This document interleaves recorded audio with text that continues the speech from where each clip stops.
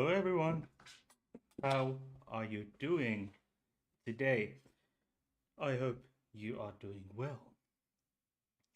Uh, Today, if you like, we have Bertil here, we have Stefan, and we have the little lamb I got from Jens a couple of years ago. It's always hanging on my microphone stand, always. So it's always with me whenever I am on the computer. Okay, let's see for the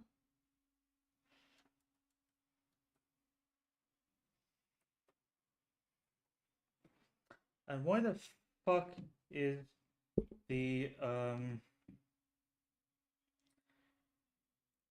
camera settings all fucked up? Let's have for default now it's frozen. Oh, that's okay. That's a bit dark, isn't it? Uh, also detect. That's a bit dark, isn't it? Dark as my humor.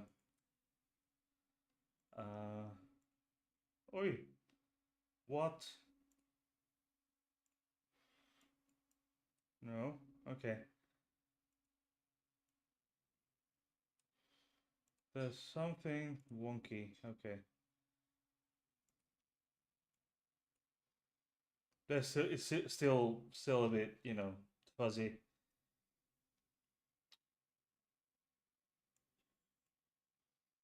Let's go that. No.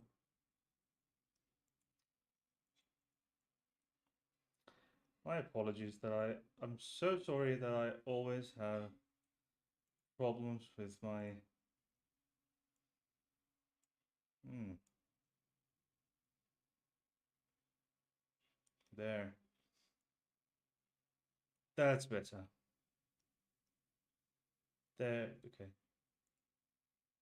Hmm.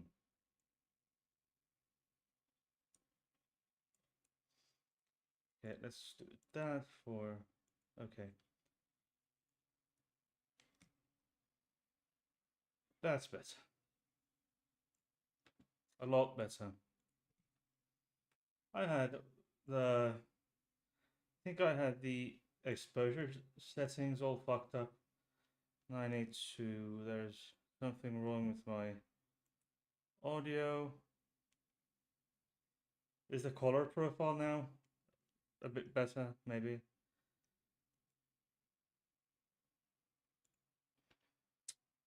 That goes away. No, that looks fine for me, or at least better. Um, so I need to see what's going. Okay, now at least now I've got my because OBS the Streamlabs OBS had some has had some um, significant updates. Mainly the biggest being that now I have um, the output or the streaming encoder has they've made the GPU rendering available for the GPU available as a streaming encoder. Previously, they had only CPU. Um, what they had was NVIDIA NVENC H264, which is basically the graphics, the CPU, but with the CPU with graphics acceleration. But now they've provided an update um, so that um, it's loaded off to the GPU only. So basically, the biggest the GPUs does the legwork right now nowadays. So which is a big advancement because why? Because I have a crappy old CPU and I have a beefy GPU. I've got um, a 30 series Ryzen CPU, and I've got a 3080 an RTX 3080 Ti. So it was about time that I got they made it available. The GPU encoder, to load it off to only GPU. Uh, Beer for today is a Finnish beer made in, I'm not entirely sure where, Sonnisaari. Sonni is based, is this animal. A male bull is a Sonni in Finnish, so basically Bull Island, a brewery. It's a dark porter. Mulkero means basically it's a colloquial word for an asshole. Um, well, a dickhead. Yes, a dickhead is a colloquial word for a dickhead, and it's gluten free and vegan, so good for me. And it's 5.5% ABV. Um, and interestingly enough, I had a I've gained several subscribers in the past few weeks alone. Let's see, I've gained 9 subscribers in the past 28 days. In the past maybe 2 days, I've lost 3, but I blame it mostly on the fact that I haven't been posting content as much as I would have liked to because I've been really I haven't been feeling well as of late. In the past few months, I haven't been feeling well, so um, hence hence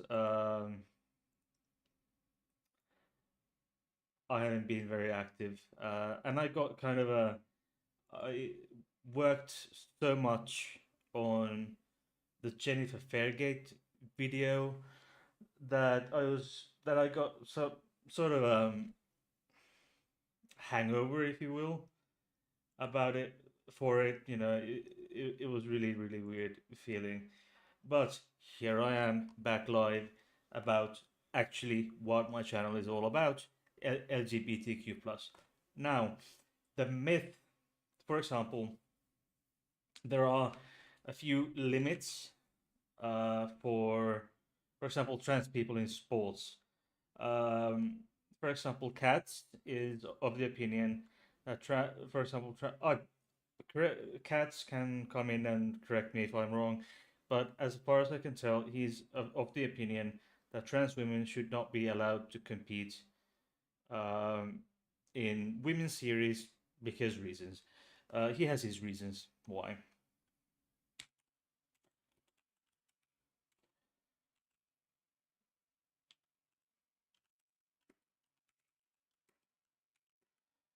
Uh, so basically, certain there are limits for female testosterone levels. The I,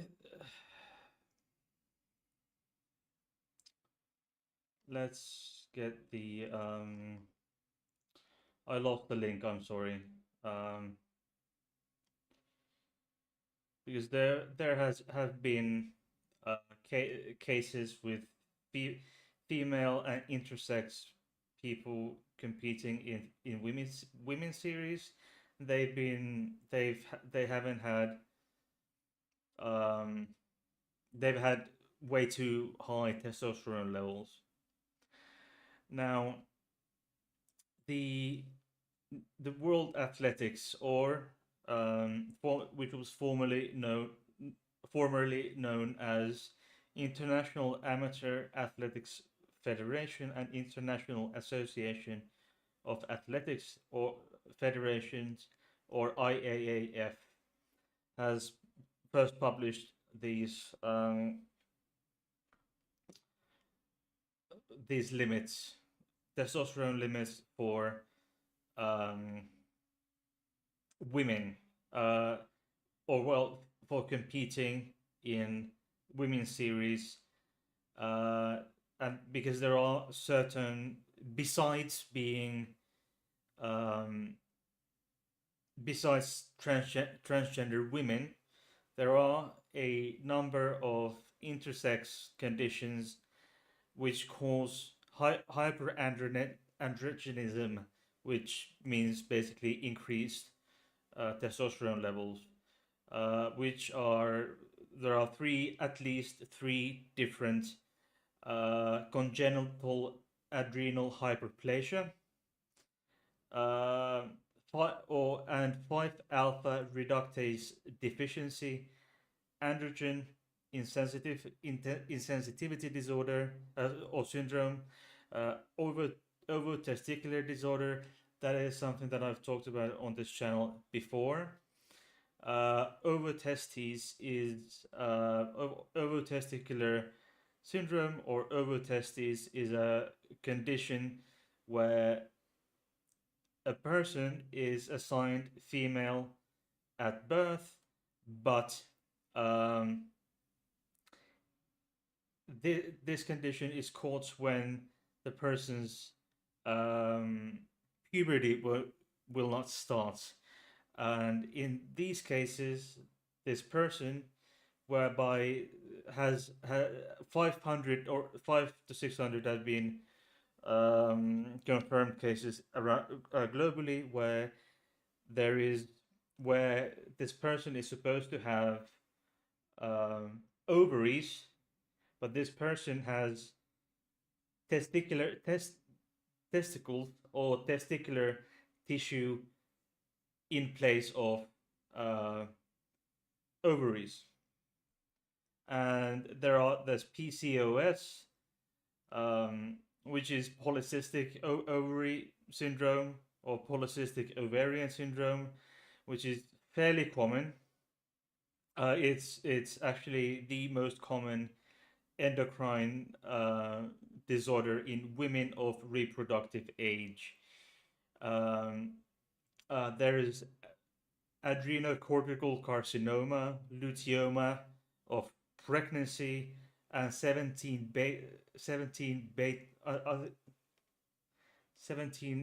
beta hydroxysteroid dehydrogenase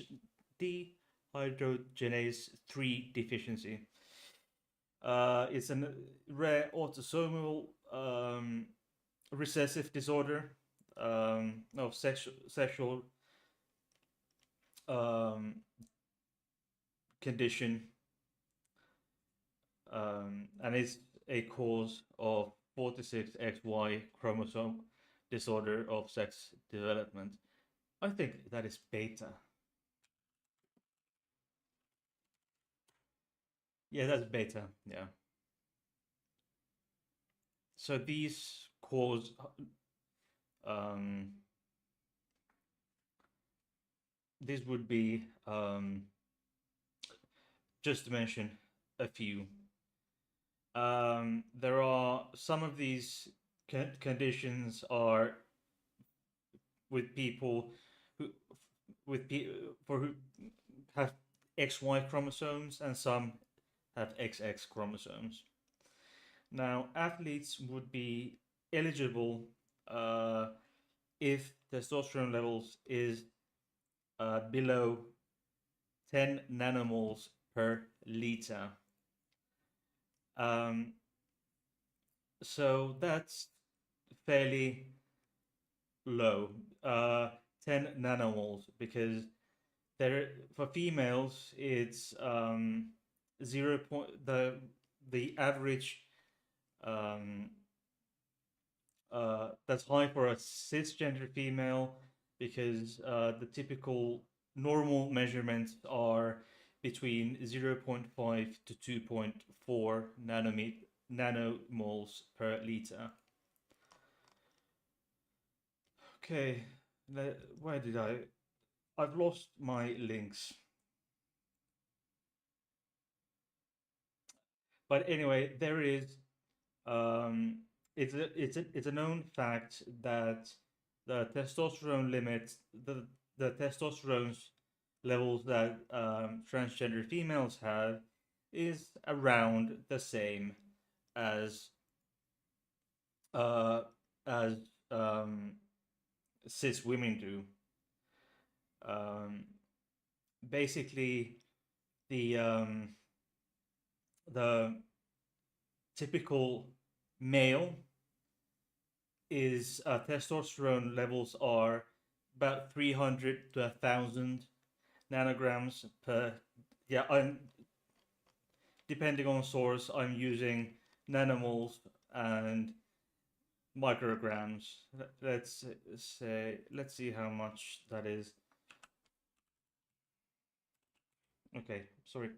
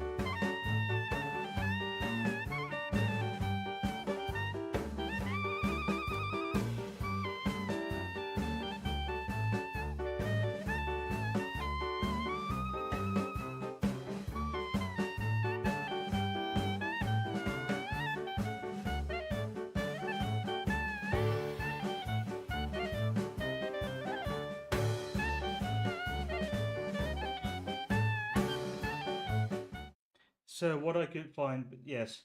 So around 30 to 100, 30 to 100 um,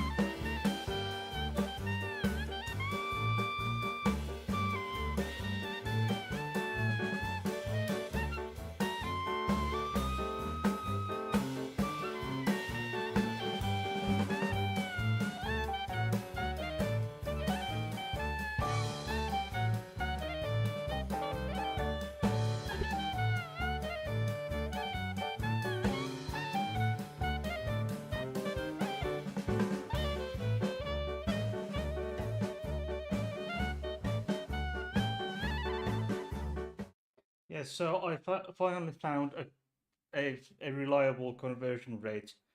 So basically, the limits, the highest limit that the IAAF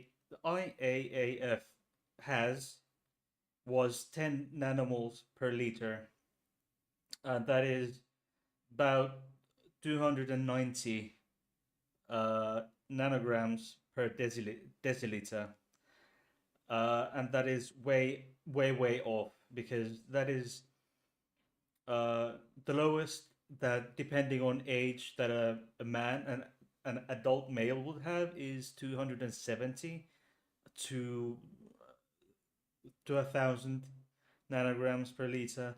But what I could find, the trans women are by highest 100 nanograms per deciliter of testosterone. So they have, and the cis female is between maybe 25 to 100. Some sources say 15 to 17 nanograms a liter. Sorry, deciliter for cis women. So it's around the same with the testosterone levels. Now, basically, the target for any trans woman on hormones, the target level, which is reached in about a year and a half of testosterone blockers and estrogen, is below 100 nanograms per deciliter, which is roughly, just under a third of what the IAAF and the International Olympic Committee requires. So it's not really, it's not valid because for trans women, it what trans women usually have is the testosterone level is around the same as between 30 and 100 nanograms per deciliter. That is just roughly the same as um, cis women have. So there is no really. It's just more. These testosterone limits are more like more more of a problem um, with with people with these conditions that cause excessive um, testosterone, that make this person's or a woman's body to produce too much testosterone, um, too much testosterone um, naturally. So basic this congenital adrenal hyperplasia, at least three or four of them, uh, and these over-testicular disorder, androgen insensitivity disorder syndrome, which is a form of intersex conditions. So that's a myth, and based on what I could read, um, transgender men tend to have about the about the same testosterone levels as cisgender men. However, they tend to often, not nearly always, but they don't have the tendency of having a physical advantage over cisgender men, even though their serum testosterone levels are around the same.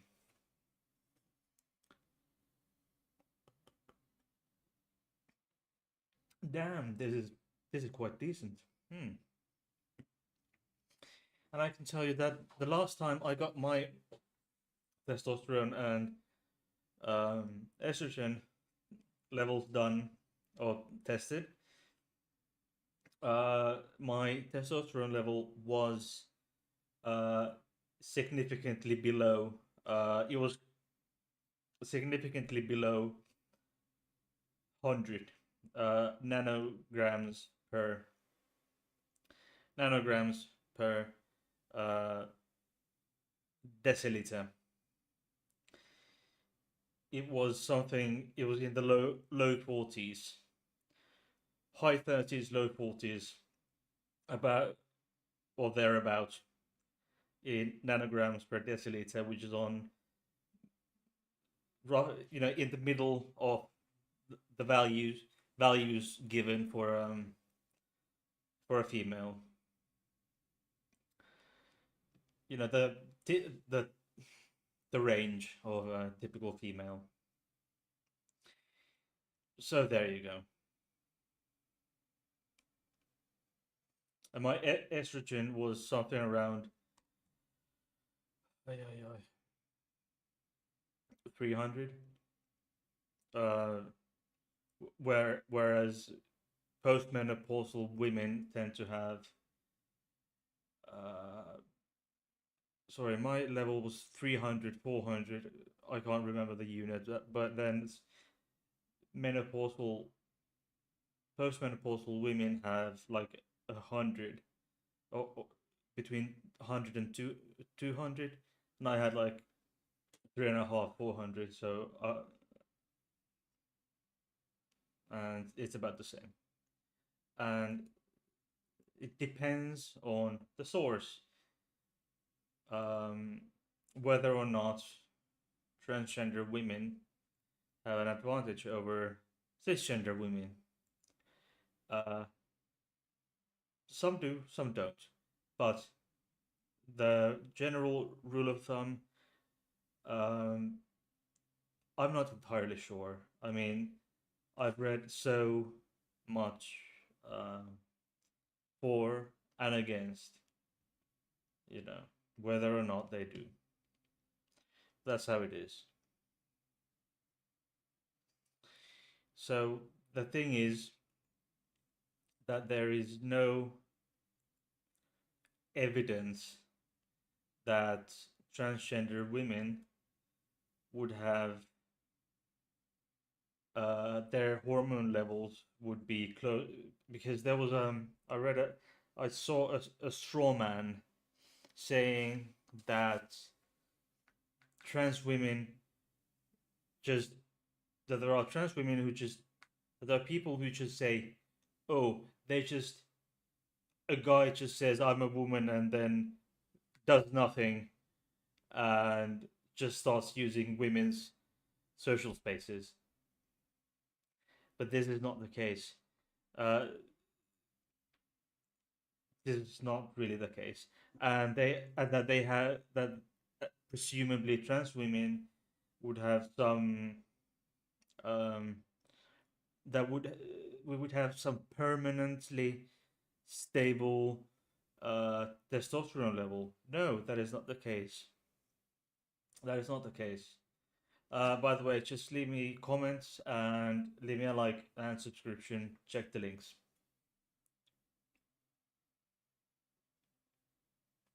But as established here, let me get the.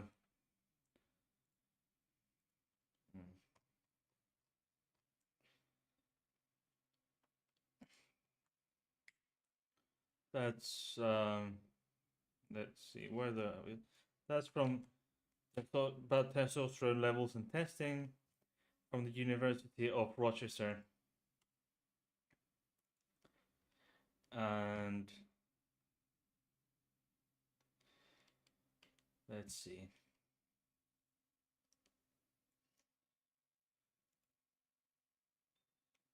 Let's see. This is from British Journal of Sports Medicine regarding hormone treatments of transgender women and how it how hormone transition. Well, the review, the abstract, the top. It says headline says, how does hormone transition in transgender women change body composition, muscle strength, and hemoglobin? A systematic review with focus on the implications for sports participation. Now then, uh, also hemoglobin. One argument is that I see against women's sports is that they trans women tend to have um, higher levels, higher hemoglobin level. But that is not actually not the case, because the case is that the hemoglobin levels also go down. Muscle mass down, muscular strength down, um, and hematocrit or HCT also uh, goes all wonky. And for example, um, my hemoglobin from uh, went down like 20, almost 30 points. So it went from almost close to 160 to which is to what it's just under 130 now, and that's just after the my I started the hormone treatment, and it went down from almost 160 to about 130, just under 130.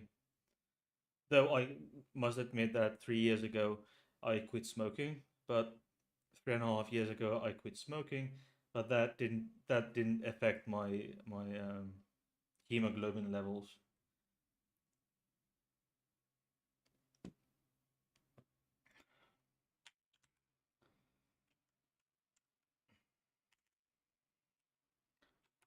Okay, let's because different countries give different units per volume. Here in Finland, we use grams per liter. So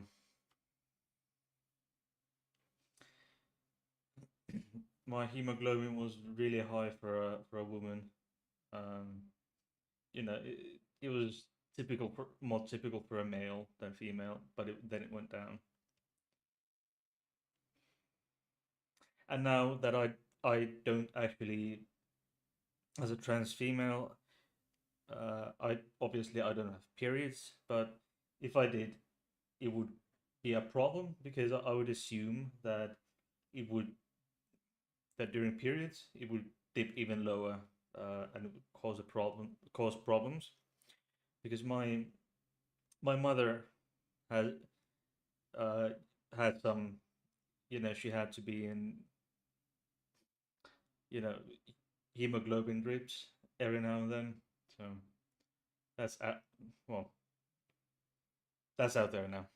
Sorry, mom, but that has some significance, I think, because of the topic, I guess.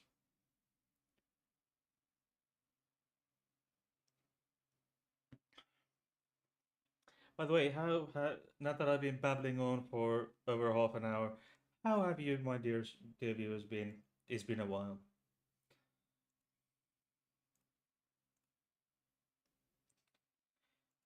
Let's see how long it's been.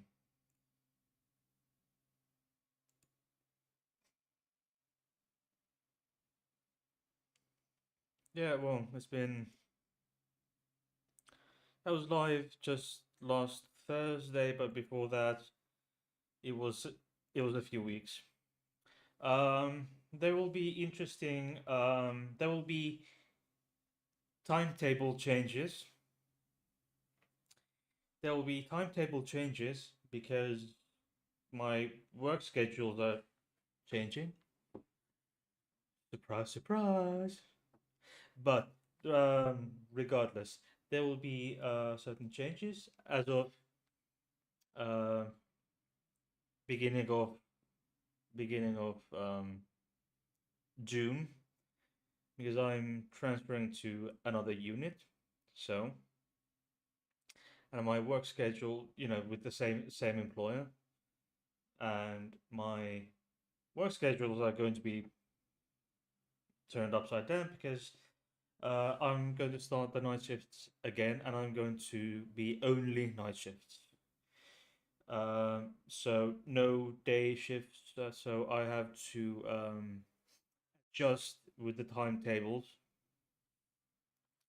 adjust with the tables regarding my live videos, with and therefore have to reconsider rebranding, for example, rebranding a Random Friday, or or renaming. I don't know. It,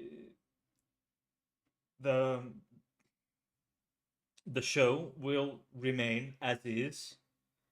The concept of Random Friday will remain as is, but but no pun intended.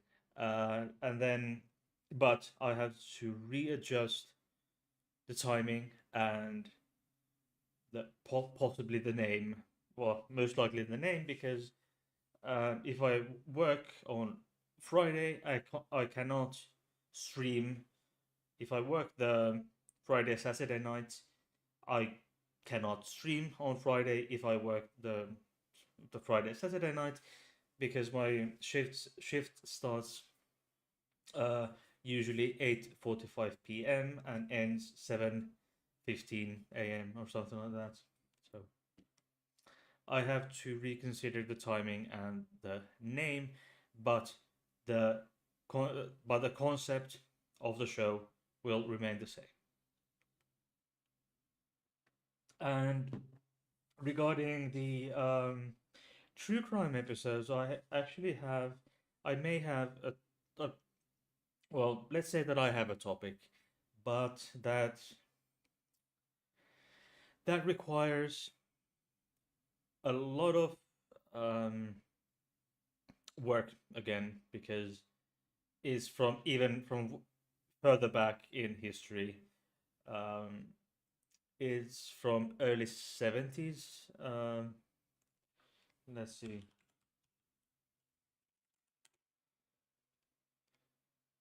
It's from, yeah, 1970. So it's from 1970. So I'll have to um, do a bit more digging digging into it.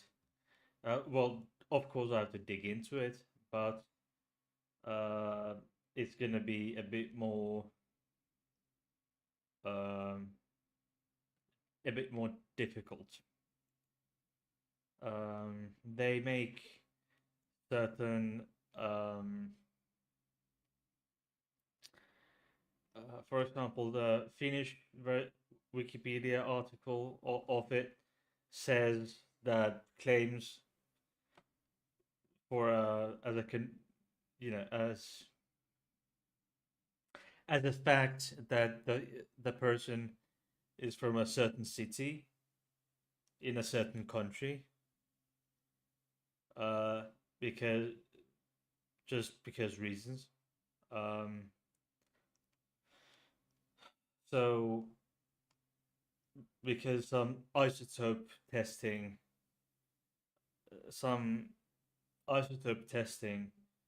said, gave the very broad general area. So go Finland. Finns are huge in making um, Finns are really huge on making, or well, jumping into conclusions, shall we say? So there we go. Really strange.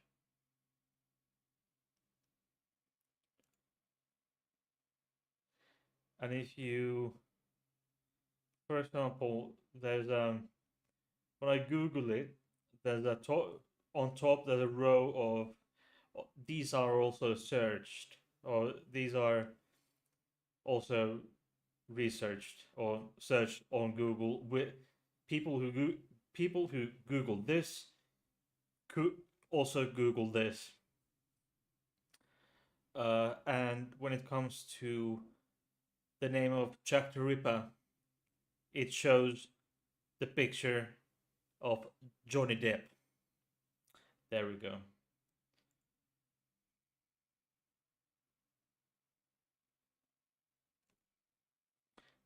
Go Google.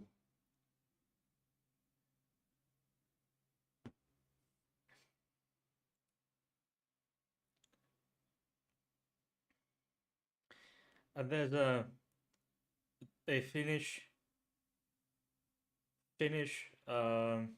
rubbish newspaper says that revel that the identification of Jack the Ripper was the fault of Johnny Depp.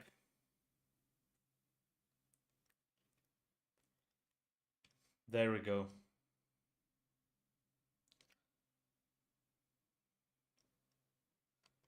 I don't know.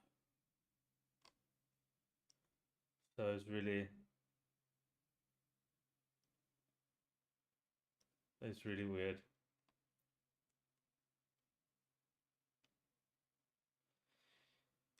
Because for example, oh, it's it says it's a because Johnny Depp was in the role from Hell from 2001. Johnny Depp was in the role of a police officer chasing Jack the Ripper. Actually, I've seen that film, and it's decent.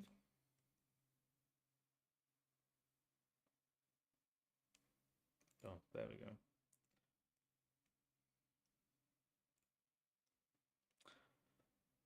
Ooh, Jens, relatively relaxed, still not smoking.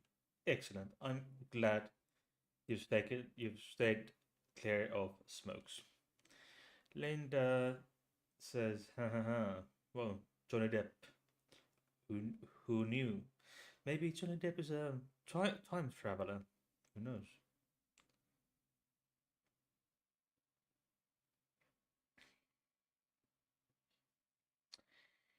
That's a Johnny Depp is a very curious man. I very interesting character, I think. But you know what? I think I've been babbling on long enough because I've because this is the root of all evil, if you like, the question at the root of all conspiracy theories, and this idea that women that somehow trans women are hormonally men, like they have the male typical levels of testosterone, no estrogen, and yada yada yada. You know the drill. This is these hormone levels are the root of of all their. They misunderstand and misrepresent this issue. They misunderstand and misrepresent, which is not something out of the ordinary for these assholes. Sorry. But hey, this is for today. I will be streaming sooner than later. I'll see you next time.